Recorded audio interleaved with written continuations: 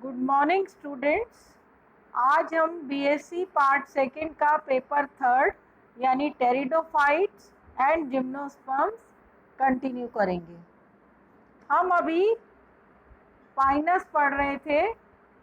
पिछले वीडियोस में मैंने आपको पाइनस का एक्सटर्नल मॉर्फोलॉजी, इंटरनल स्ट्रक्चर और रिप्रोडक्शन में मेल कोन के बारे में बताया था। आज हम फीमेल रिप्रोडक्टिव स्ट्रक्चर के बारे में पढ़ेंगे।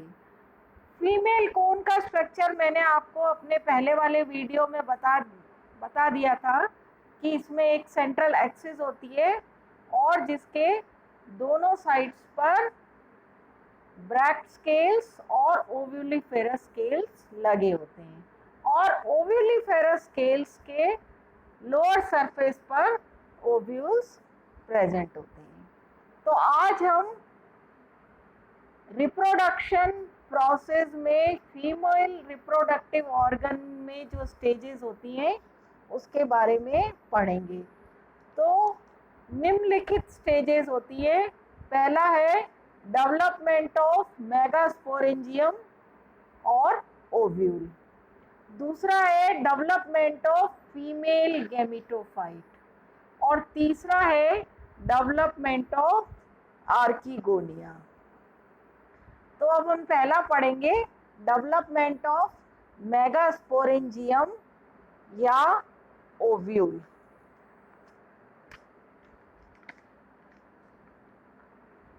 ओव्यूल का डेवलपमेंट यूस्पोरेंजिएट टाइप का होता है, यानी कुछ सेल्स जो होती है वो ऊपर की तरफ वृद्धि करके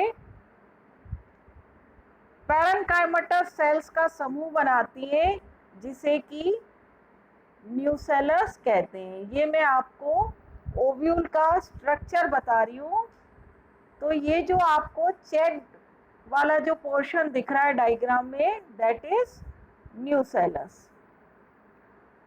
न्यूसेलस के बेसल पार्ट से एक ग्रोथ स्टार्ट होती है जो कि ओव्यूल को घेरती हुई ऊपर की तरफ बढ़ती है, जिसे इंटेग्यूमेंट कहते हैं। और ये इंटेग्यूमेंट जो होती है ये बेसल पार्ट पर संलग्न हो जाती है और ऊपर की तरफ ये इंडिपेंडेंट होकर एक कैनाल का निर्माण करती है जिसे माइक्रोपाइलर कैनाल कहते हैं, जो कि डायग्राम में दिखाई दे रही है। इसके बाद इसे इंटेग्यूमेंट से ये घिरा रहता है। इंटेग्यूमेंट 3 लेयर्ड होती है, outer fleshy layer, middle stony layer और इनर फ्लैशी लेयर, जैसा कि डायग्राम में दिखाई दे रहा है। ओव्यूल के ऊपर की सरफेस की कुछ सेल्स जो होती है वो नष्ट होकर एक फ्लास्क के समान स्ट्रक्चर बनाती है जिसमें कि पोलन ग्रेन्स या माइक्रोस्पोर्स कलेक्ट हो जाते हैं और जिसे पोलन चैम्बर कहते हैं।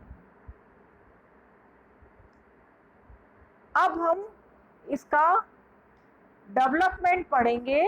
ओव्यूल के डेवलपमेंट में हाइपोडर्मिस की कुछ सेल्स जो होती है उनमें न्यूक्लियस बड़ा हो जाता है और साइटोप्लाज्म डेंस हो जाता है। ये सेल्स डिवाइड होकर 2 सेल्स बनाती हैं, ऊपर की तरफ पेराइटल सेल और नीचे की तरफ स्पोरोजीनियस सेल।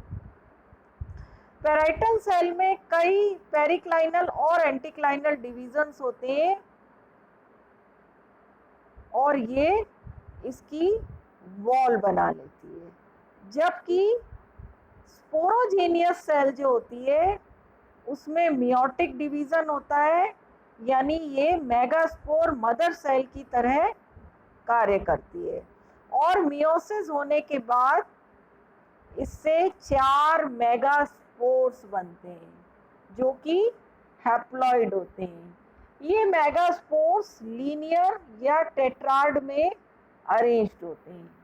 इनमें से जो ऊपर के 3 होते हैं जो कि माइक्रोपाइलर एंड के पास होते हैं वो नष्ट हो जाते हैं और जो बेसल वाला मेगास्पोर होता है वो एक्टिव होता है और ये न्यूट्रिशन देने का काम करता है।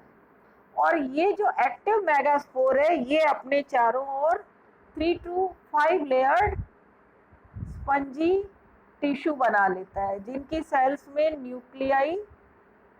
न्यूक्लियस बड़ा होता है और साइटोप्लाज्म डेंस होता है। अब हम पढ़ेंगे डेवलपमेंट ऑफ फीमेल गैमेटोफाइट। ये जो मेगास्पोर है ये हैप्लॉइड स्टेज या गैमेटोफाइट स्टेज की फर्स्ट सेल है। इसमें फ्री न्यूक्लियर डिवीजन होने से 32 न्यूक्लियाई बनते हैं। उसके बाद करीब 8 मंथ्स तक के लिए ये इनएक्टिव हो जाते हैं, निष्क्रिय हो जाते हैं और ये रेस्टिंग स्टेज में चले जाते हैं। उसके बाद ओव्यूल जो होता है वो आकार में वृद्धि करता है और साथ ही साथ फीमेल गैमेटोफाइट जो होता है वो भी वृद्धि करता है। अब इनमें फिर से डिवीज़न शुरू हो जाते हैं और फिर से फ्री न्यूक्लियर डिवीज़न होने से करीब 2000 न्यूक्लियाई बनते हैं। ये सभी न्यूक्लियाई पेरिफेरी की तरफ अरेंज हो जाते हैं और बीच में एक वैक्यूल बन जाती है, जैसा कि डायग्राम में दिखाई दे रहा है। अब इसमें सेंट्रीपिटल वॉल फॉर्मेशन बनना शुरू हो जाता है, यानी पेरिफेरी से सेंटर की तरफ वॉल फॉर्मेशन शुरू हो जाता है, जिससे सेल्स बनती जाती हैं और ये जो पूरा फीमेल गैमेटोफाइट है ये सेल्यूलर हो जाता है, जैसा कि डायग्राम में दिख रहा है। इसे फीमेल प्रोथैलस भी कहते हैं। अब हम पढ़ेंगे डेवलपमेंट ऑफ आर्किगोनिया। ये जो फीमेल गैमेटोफाइट बनता है इसके एपेक्स वाला जो पार्ट है या जो एपिकल पार्ट है उनकी जो सेल्स होती है वो अन्य सेल से आकार में बड़ी हो जाती है और इसमें प्रोटीन और आरएनए की मात्रा भी बढ़ जाती है। इन सेल्स को हम आर्किगोनियल इनिशियल सेल कहते हैं। आर्किगोनिया का नंबर अलग अलग स्पीशीज में अलग अलग हो सकता है, यानी 1 से 5 तक आर्किगोनिया प्रेजेंट हो सकते हैं।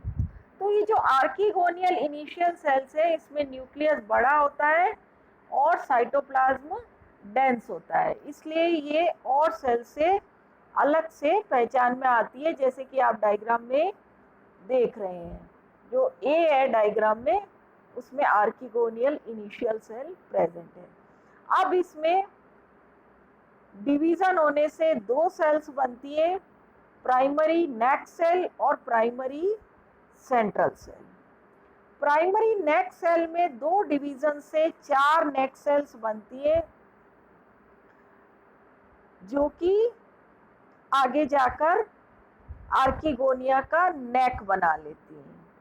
कुछ स्पीशीज में 4 सेल्स डिवाइड होकर फिर से 8 सेल्स बनाती हैं और उनमें नेक जो होता है वो 8 सेल्ड होता है। जबकि सेंट्रल सेल जो है ये भी डिवाइड होकर 2 सेल्स बनाती हैं, एक छोटी लेंटिक्युलर वेंट्रल कैनाल सेल और दूसरी एक्स सेल। एक्स सेल का जो न्यूक्लियस जो होता है वो शीघ्र ही नष्ट हो जाता है।